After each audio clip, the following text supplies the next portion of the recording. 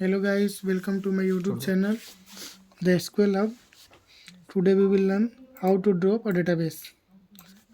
आज हम ये सीखेंगे डेटाबेस को कैसे ड्रॉप करते हैं कमांड के थ्रू एज वेल एज हम अपने एप्लीकेशन में राइट क्लिक करके कैसे डिलीट करते हैं। ठीक है, तो अब डेफिनेशन ये कहता है द ड्रॉप डेटाबेस। ठीक है, the drop database statement is use to drop existing SQL database.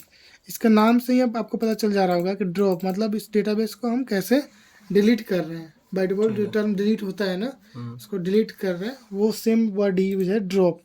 हमको अपने डेटाबेस को ड्रॉप करना है, डिलीट करना है। गलती से आपने एक्स्ट्रा ऐड डेटाबेस अपने एसक्यूएल सर्वर में आपने ऐड कर दिया है, कैसे उसको रिमूव करना है। तो उसके दो तरीके होते हैं। एक पहला, हम कमांड के थ्रू उसको हम ड्रॉप कर सकते हैं। ठीक है, तो कमांड है ड्रॉप डेटाबेस नेम। ठीक है, तो हम अपने Microsoft SQL server management system पर आ गए। ठीक है, ये कोड था पहले डेटाबेस क्रिएट करने के लिए। ठीक है, और ये कंट्रोल CTRL, ये कंट्रोल N से हम न्यू टैब ओपन कर लेते हैं।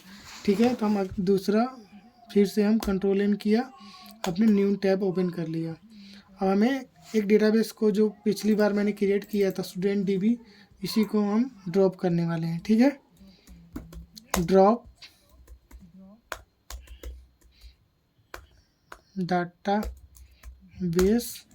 Database name. ठीक है, हम इसे सेलेक्ट किए, एग्जीक्यूट किए, डेटाबेस कंप्लीटेड सक्सेसफुली। तो ये स्टूडेंट DB देखिए अभी आपको यहाँ पर दिख रहा है। ठीक है, अब हम इसको रिफ्रेश करेंगे डेटाबेस पे क्लिक करके। देखिए हम डेटाबेस को रिफ्रेश कर रहे हैं, तो जितने डेटाबेस होंगे, देखिए स्टूडेंट DB है ना, यहाँ से रिमूव हो गया। ठीक है, तो ये एक तरीका था डेटाबेस को ड्रॉप करने के लिए। ठीक है, सिंपल वर्ड है ड्रॉप डेटाबेस नेम। जैसे क्रिएट डेटाबेस क्रिएट करने के लिए ड्रॉप कीवर्ड यूज करते हैं डेटाबेस को ड्रॉप करने के लिए। हम फिर से इसको ड्रॉप क्रिएट कर रहे हैं डेटाबेस। ठीक है, क्योंकि अब हम दोबारा चेक करेंगे, रिफ्रेश किए, हमारे देखिए यहाँ पर डेटाबेस DB नेम आ चुका है। ठीक है, अब हम इसको राइट क्लिक करके, देखिए यहाँ पर डिलीट का राइट क्लिक करने के बाद आ रहा है। ठीक है, हम यहाँ पर हमने ओके पर क्लिक किया। देखिए यहाँ पे अगर हम डायरेक्ट क्लिक करते हैं ना, डायरेक्ट यहाँ से, तो वो रिफ्रेश कर देता है पूरा डेटाबेस को। देखिए वो डेटाबेस तुरंत वहाँ से हट भी गया। लेकिन हम कमांड के थ्रू अगर करते थे ना, तो वहाँ पे वो एग्जिस्ट करता था, हमें रिफ्रेश करना पड़ता था। वो एग्जिस्ट नहीं है, वो आपको दिख रहा है, बट वो वहाँ से रिमूव हो चुका है। ठीक है, तो देखिए डेटाबेस टेस्ट स्टूडेंट DB हमारा रिमूव हो चुका है। हम एक बार और क्रिएट कर रहे हैं। ठीक है, अब हम देखिए स्टूडेंट DB आ गया। अब हम जो स्टूडेंट DB, ये क्या है, जो कंट्रोल N स्टूडेंट DB पे क्लिक करके कंट्रोल N करते हैं ना, तो हम स्टूडेंट DB के अंदर इंटर कर जाते हैं। ठीक है, अब स्टूडेंट DB के अंदर अगर हम ड्रॉप करना चाहते हैं, हम स्टूडेंट DB के अंदर चले गए हैं। ठीक है, अब स्टूडेंट DB का ओपन करके हम अपना डेटाबेस को डिलीट करना चाहते हैं, तो क्या डिलीट होगा, चेक करते हैं चल करके। देखिए can not drop database student DB because it is currently in use, क्योंकि हम डेटाबेस के अंदर में हैं और हम उस डेटाबेस को डिलीट करना चाह रहे हैं। ठीक है, ये तो वही हो गया कि कोई फोल्डर के अंदर चले गए हैं और हम कोई इमेज को ओपन करके रखा है, जैसे होता है ना, कोई इमेज ओपन पड़ा हुआ रहता है, चाहे कोई वीडियो ओपन पड़ा हुआ रहता है, कोई आप अपना वीडियो को प्ले कर रहे हैं, कोई इमेज को ओपन करके रखा है और फोल्डर को डिलीट करना चाहता है, तो वो डिलीट नहीं करने देता है ना।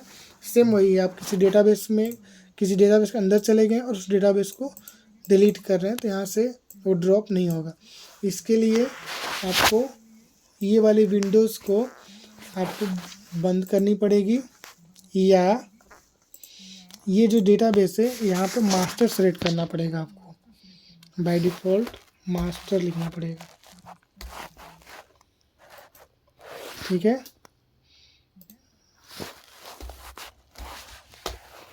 अगर मास्टर लिख देंगे तो ये इस डेटाबेस से बाहर निकल गया है, ठीक है। अब यहाँ से अगर एक्सिक्यूट करते हैं तब ये एक्सिक्यूट हो जाएगा। ये सिंपल स्टेटमेंट था डेटाबेस को ड्रॉप करने के लिए, ठीक है। अगेन हम डेटाबेस को क्रिएट कर देते हैं। डेटाबेस में गया।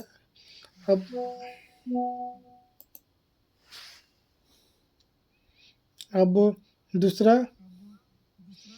दूसरा इसमें ये है, दूसरा नेक्स्ट टॉपिक ये है रीनेम। हम टुडे 2 टॉपिक पढ़ेंगे, ड्रॉप एंड रीनेम। इस वीडियो में 2 टॉपिक पढ़ेंगे, ड्रॉप कैसे करते हैं और रीनेम,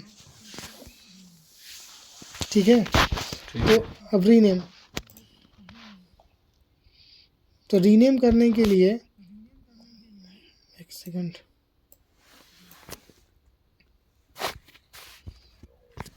रीनेम करने के लिए हमारा ये सिंटेक्स है। रीनेम वर्ड से पता चल रहा है कि आपको डेटाबेस है जिसको आपको उस नाम को अल्टर कर रीनेम करना है।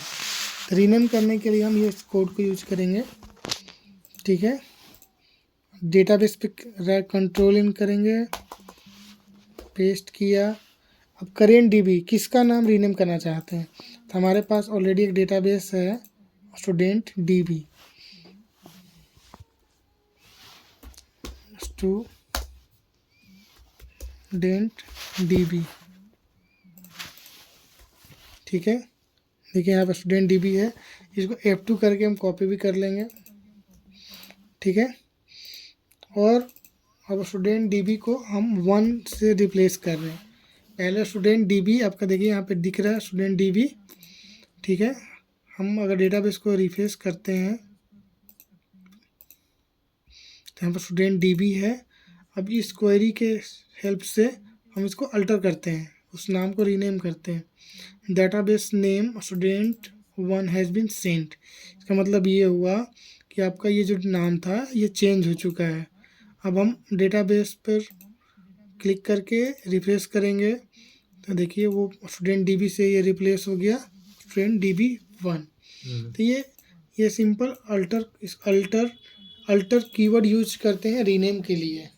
हम फर्दर वीडियो में भी लर्न करेंगे, जब हम टेबल क्रिएट करेंगे तो उसमें भी अल्टर कीवर्ड यूज करते हैं।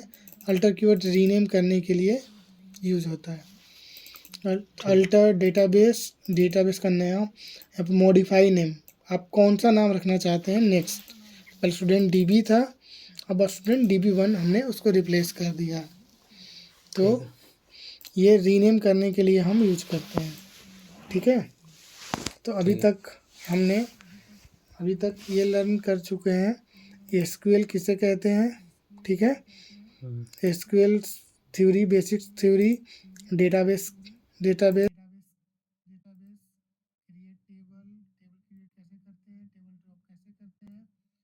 कैसे करते हैं।